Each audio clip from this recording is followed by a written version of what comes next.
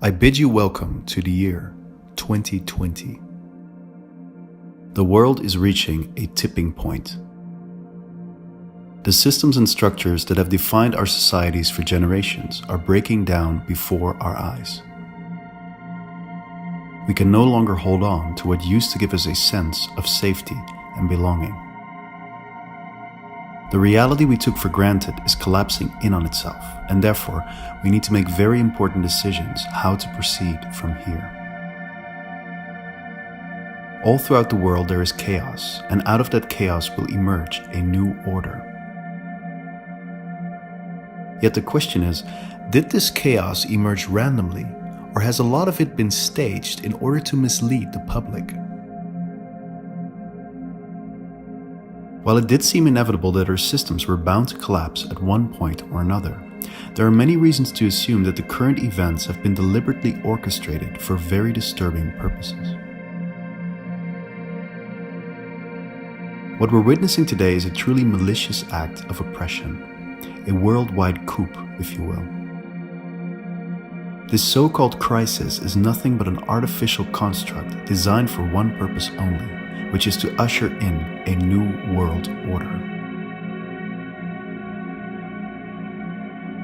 It has been cunningly designed to rob us of our fundamental freedoms and convert us into track and traceable assets inside a digital control grid run by the technocratic elite.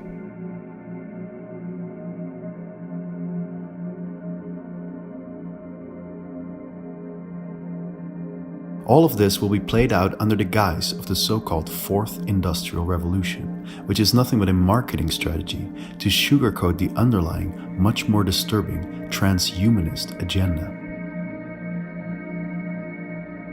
A plan to modify the very fabric of our humanity. A plan to turn us into cyborgs.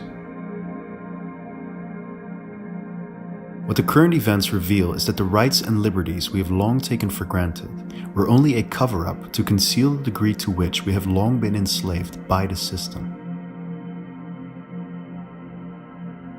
The system has always existed to serve the ones in power. Whether it's capitalism, socialism, or communism, eventually all political systems are designed to keep the masses under control while the powers that be can continue to exploit them. From the top down, governance is carried out to set the masses up against each other. This strategy of divide and conquer is as old as politics and war, and it's being used as much today as it has been in ancient times.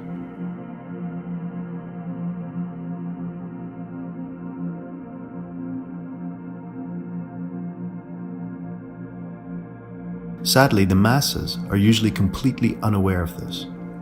Instead, they see it as their obvious duty to obey external authority, as well as to compete with or to exert social pressure on their fellow men. And that is how the masses themselves actually ensure that the system is being perpetuated. This is the game of our three-dimensional reality, which has been played out for millennia. We are born into a machine, and at birth we are automatically baptized to become cogs inside the machine.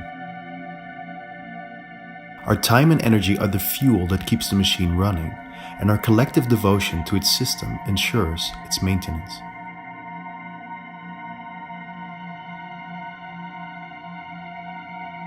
Quite literally, our birth certificate, which our parents were forced to register within a few days after we were born, in fact serves as a bond.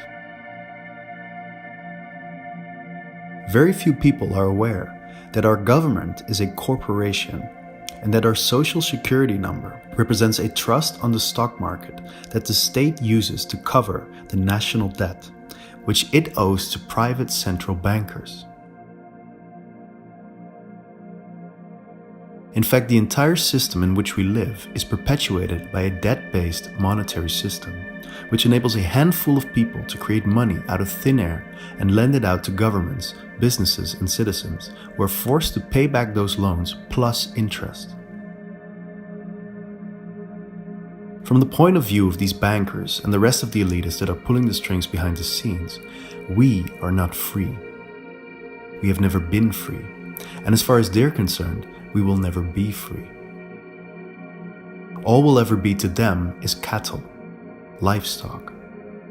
Basically, they see us as their possession, and so they will do with us whatever seems fit to their own private interests.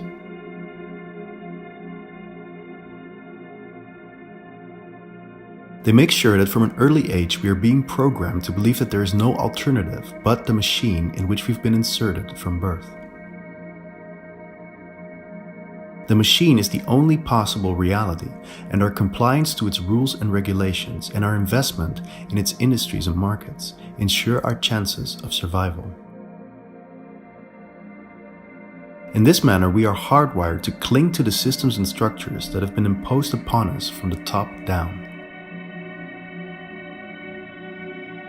They have been carefully programming our minds through their media and entertainment, their education, their political, monetary, and legal systems, their science and religions, and countless other tools of propaganda. However, the time of clinging to those systems is now coming to an end. The machine has derailed. All of its dark and hidden secrets are now becoming exposed. They cannot be suppressed for much longer. More and more people are starting to wake up and are beginning to see what is really going on behind the scenes. Their unconscious submission to the system was like a slumber state or hypnosis that was passed down through the generations. But now, there are so many bizarre and irrational events taking place. So much disruption of the system has been put into motion. It causes more and more people to awaken from their slumber state, and for the first time, they are opening up their eyes to see the truth. And what do they see? That they're being played with, manipulated, and controlled in order to serve a system that was never designed to serve them. Instead, it is kept in place for the purpose of further enriching a few at the expense of the many.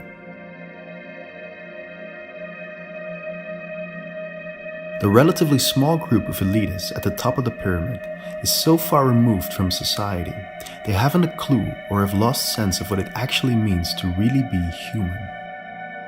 And that is the crux. The human being who is still in touch with his soul is confronted with the motives of those who have lost the connection to their soul entirely, yet have gained tremendous socio-political power despite of it. And that is how the nature of the machine is being revealed. For the machine has in reality never served us human beings to begin with. It has only served itself. It has never nurtured the soul, only the ego. It has never operated out of love, only out of fear. And its devoted architects and stewards are really not serving our best interests. First, they set up monopolies in order to exploit us and make us dependent on their products, funneling as much profit as they possibly can into their piggy banks. Then once they've reached the multi-billionaire status, all of a sudden they make a 180-degree turn and start calling themselves philanthropists, pretending to offer up their billions as charity for the betterment of society and the restoration of the planet. They make it seem as if they're altruistically donating money to charity, but what they're really after is always more revenue and more political power. It is quite natural that when people awaken to this truth, many will get the impulse to turn against the machine. Yet this negative energy can in turn be tapped into by the machine and be used to further strengthen its power and control.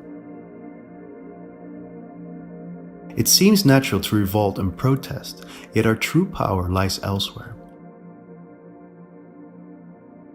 Namely, in realizing that we have awoken inside a dream, and that this dream consists of many more layers or dimensions.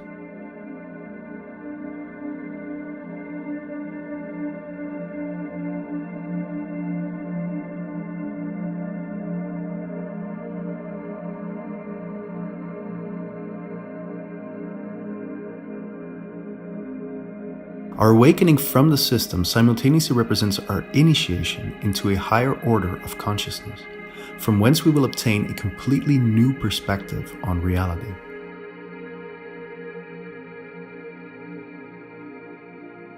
This can be compared to a psychedelic trip, an experience in which also the foundations of our everyday reality break down and a transformed reality makes its appearance.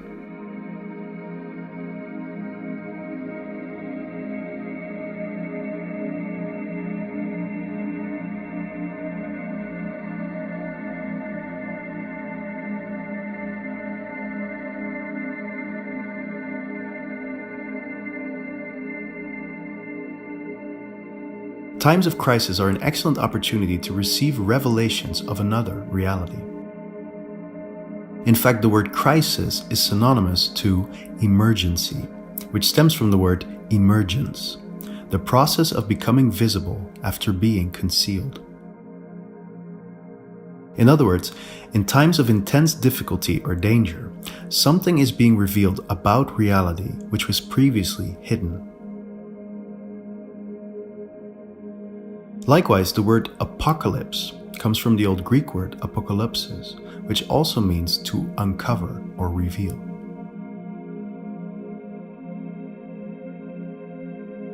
Again, this can be likened to a psychedelic trip, in which often periods of inner turmoil and crisis are followed up by beautiful and blissful episodes full of insight and inspiration.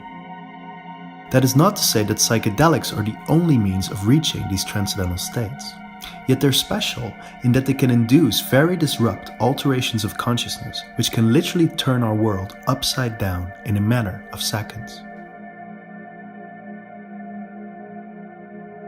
Those at the top of the global power structure are very well aware of the importance of crisis in order to keep the world under control. It is no surprise that the Freemasons, whose symbolism can be found all over the dollar bill, abide by the motto, "Order from Chaos."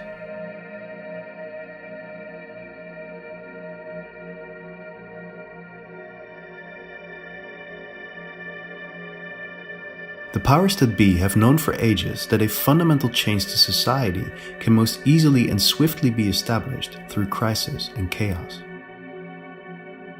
That's why they are known for creating or exploiting a problem and then blaming it on an outside cause. The people then react by demanding the government to protect them and to help solve the problem. So then the government can offer a solution that was planned by them long before the crisis occurred. The outcome is that the rights and liberties of the people are exchanged for the illusion of protection and safety.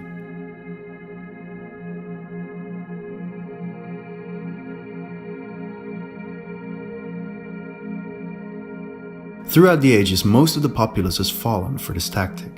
However, in today's day and age, given the tremendous amount of information we still have at our disposal, those who take the time and energy to inform themselves rather than foolishly following the mainstream media cannot be fooled that easily anymore. Meanwhile, the powers that be are trying very hard to censor every bit of information that does not fit their narrative and cancel every person who doesn't agree with their ideologies. Although we are still a minority, these times of crisis are helping more and more people awaken from the false fiction of our prescribed reality, faster and faster. Yet the burning question then becomes, how do we proceed from here? Do we choose to resist and start fighting the machine? Or do we surrender to the experience and trust that the light of truth will ultimately prevail?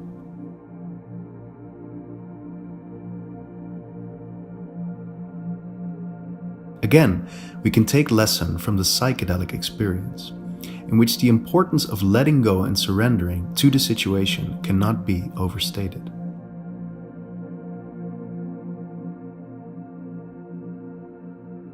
As long as our ordinary life was allowed to carry on and the old order was perpetuated, there was much less chance for us to break out of the repetition of our everyday lives and allow ourselves to receive revelations about the true nature of reality. Therefore, normal life was not particularly conducive for our soul's journey. The soul was made to transcend. It lives in eternity. Birth and death are only transitions from one form to another. The soul was made to have as much experiences and to learn as many possible lessons within the physical domain of duality, so that we can continue to evolve along the upward spiral of our cosmic evolution.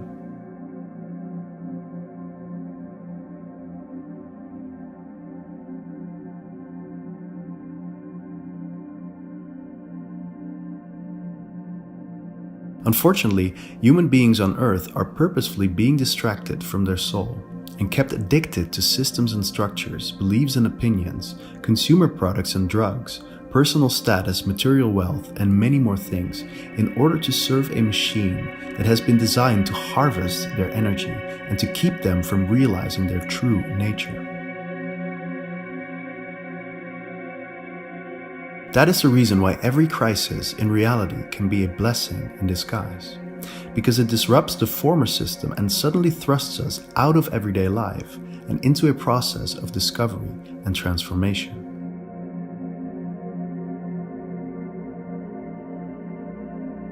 In other words, it gives us the opportunity to unplug from the machine and reconnect to the eternal realm of the soul. For it is the soul who incarnates on Earth and is granted the opportunity to raise its frequency and ascend to a higher octave of its cosmic evolution. In essence, that's why we come here, because physical life on Earth allows us to evolve our consciousness. Yet conversely, there are many who come here and actually get separated from their essence. They essentially sell their soul, their energy, to the machine, and that's how they fall into a downward spiral of devolution, deeper and deeper into the lower planes of existence. Paradoxically, that's how the majority of the elite in this world have managed to claim their position, by disconnecting from their soul and instead worshipping an artificial construct, a deity if you will, which sole purpose is to keep the human population enslaved to their material existence, oblivious to the grandeur of their eternal reality. Those who cling to their material existence inevitably become disconnected from their soul, and instead become infected with the insatiable cravings of the ego. While those who decide to let go and surrender grant their soul permission to guide them out of bondage and towards freedom from all attachments. The effect is that we literally start vibrating at a different frequency than the masses. The more we let go and surrender our attachment to this earthly plane, the more we raise our vibration. And the higher our vibration becomes, the more dormant aspects of our consciousness begin to reawaken within us. Consequently, we start to remember that this 3D world we live in is merely a phase of an eternal process in which many, many higher spheres of existence await us.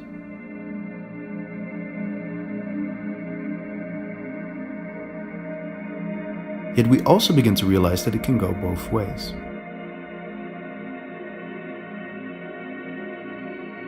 Most people have bought into the conviction that they only live once, and that therefore their existence is essentially meaningless.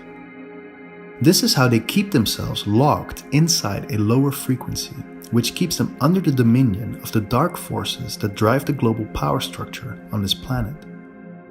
By putting blind faith in external authorities, we have conditioned ourselves to live powerless lives and to behave in accordance with a prescribed reality, rather than allowing our soul to guide us towards our own personal revelations about the true nature of reality. The more our consciousness becomes entrained to the machine, the more we lose our innate connection to our essence. Instead, we become accustomed to wearing a mask in order to please the outside world. To the many who have been hiding behind masks all their lives and have consequently become so far removed from their essence, taking off their masks would feel like dying, because it would mean the end of their conceptualized identity. That's why they will defend the system with all their might, so they won't have to take off their mask and face their true identity. Those who are still in their slumber state have no recollection of their true identity. To them, taking off their mask would seem to render them obsolete within society, and they fear that in effect, the system will reject and discard them. That's why it's not a very wise idea to try and awaken someone who still desires to remain asleep. As they say, it is better to let sleeping dogs lie.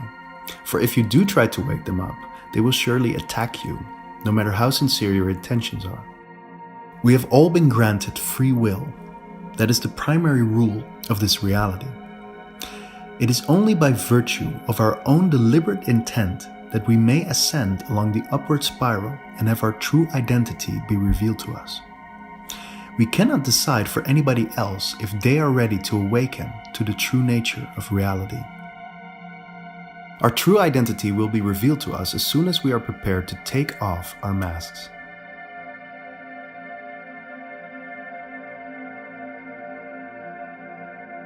The first thing that will then immediately begin to dawn upon us is that death is not the end. For eternity, we are given the opportunity to awaken from the dream spell of separation. In the end, every last one of us will have to come to their senses and finally take off their masks in order to reunite with their essence. And from there on, we will continue our path along the upward spiral with one sole purpose, which is to help others who are ready, willing, and able to awaken to their true nature as well.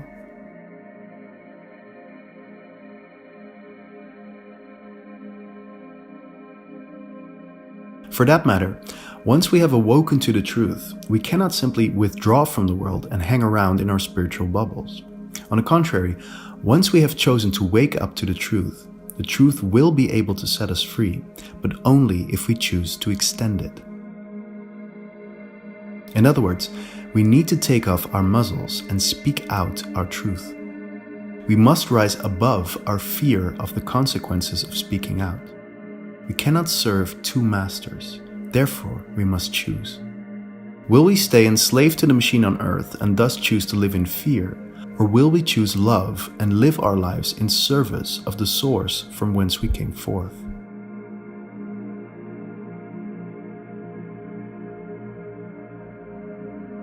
The technocratic elite is convinced that they're on the verge of creating something that is superhuman. They're expecting something entirely unprecedented to be on the brink of emerging from their laboratories. Something that has been instigated by their own scientific endeavors, but which will soon begin to take on a life of its own, demonstrating behavior that can no longer be accurately predicted by them.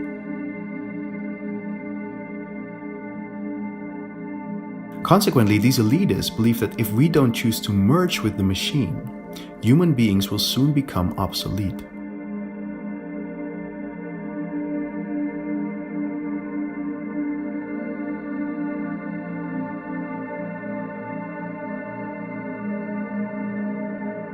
This rapid scientific development simultaneously triggers an acceleration in our consciousness. More and more people in the last decade have begun to realize that some kind of major shift is happening in the world today.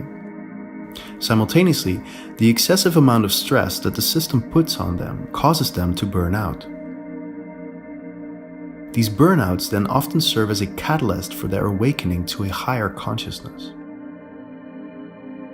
In the process of healing from their burnout, they begin to realize something about reality that will prepare them for the very disruptive times that have already begun to unfold, and for the accompanying new world order that the ruling class will try to force upon them. When we awaken to the true nature of reality, we realize that a machine can never replace a human being, no matter how intelligent it becomes. Our human soul or spirit is non-physical. In fact, this entire material world, in essence, is really an illusion. Quantum physics, the most successful branch of modern science, actually reveals that the atoms of which all matter is comprised consist for more than 99.99999% of empty space. What we perceive as real solid and physical things are actually waves of probability. Nothing is set in stone, as they say. Everything is constantly flickering in and out of existence. When we are not observing a particular something, all the particles of which it is comprised exist in superposition, meaning that they are in all possible locations simultaneously. Only when we observe something will the probability waves collapse into actual measurable particles, and will we sense a seemingly solid and physical three-dimensional reality.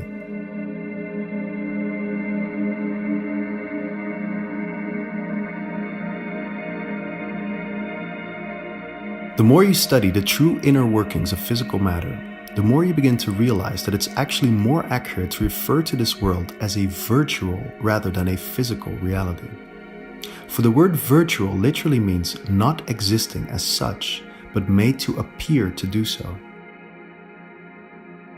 In fact, the deeper you dive into the subject, the more you begin to realize that our everyday waking reality is not so different from the one we experience at night when we're asleep and dreaming. When we remember a dream, we accept that it happened inside our consciousness.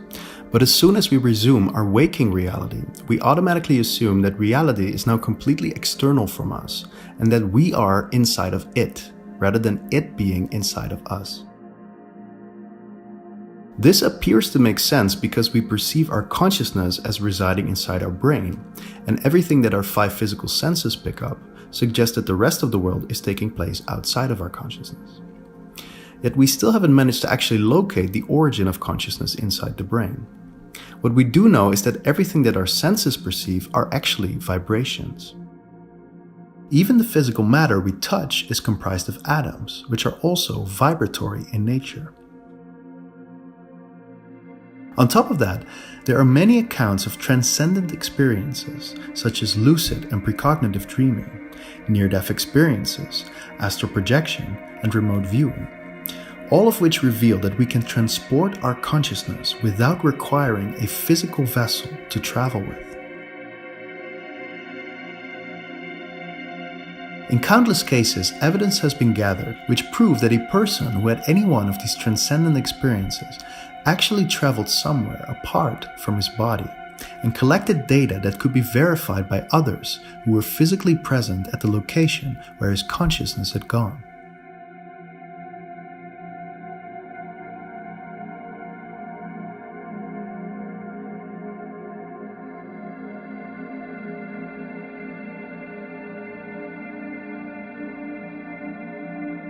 Does that mean that our brain can have extraordinary prophetic properties? Or does it actually imply that everything we experience is really a simulation of our consciousness to begin with? In any case, the latter seems to be far more plausible and scientifically verifiable. One thing is certain: most people in this world give far too much credit to materialism. And that's actually how they are being manipulated and kept under control. For if you only believe in a material reality and refuse to accept any sort of spiritual, non-physical reality, then you are extremely vulnerable to outside influences and perceived physical threats. How radically different the world would be if humans would accept that everything we experience in the physical world is really a simulation of our consciousness. For that would mean that all is in fact one.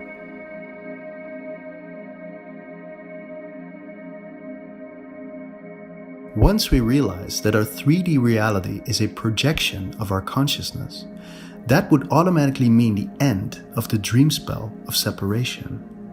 For if we'd all accept that we are individuated holographic extensions of the same source, that we were created in its image and therefore we are omnipresent and omnipotent, then nothing in this world could keep us bound to it for much longer.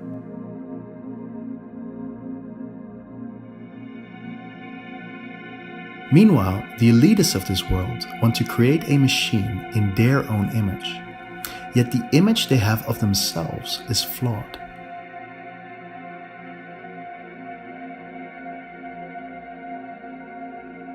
They want to somehow merge with their machine because they fear that otherwise the machine will render them obsolete. yet they have completely forgotten their soul's journey. The only reality they understand is materialistic. They're oblivious to the higher planes of existence because those planes cannot be accessed as long as they invest all their attention strictly on the physical domain. That's why we must unwind from their system and turn our lives over to our soul's purpose. Otherwise, we will also remain stuck in their frequency bandwidth.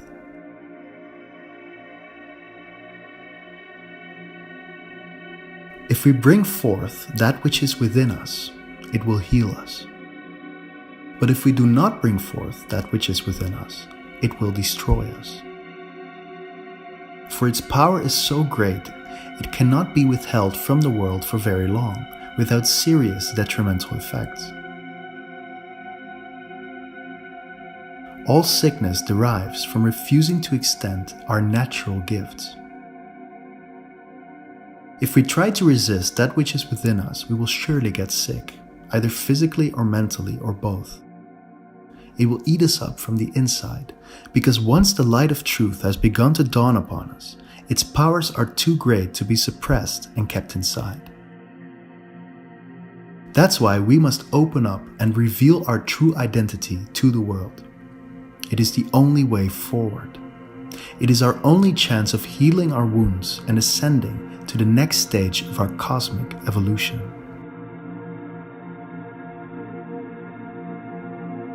And that is the true purpose of why we are here. Not to be slaves, but instead to set ourselves free.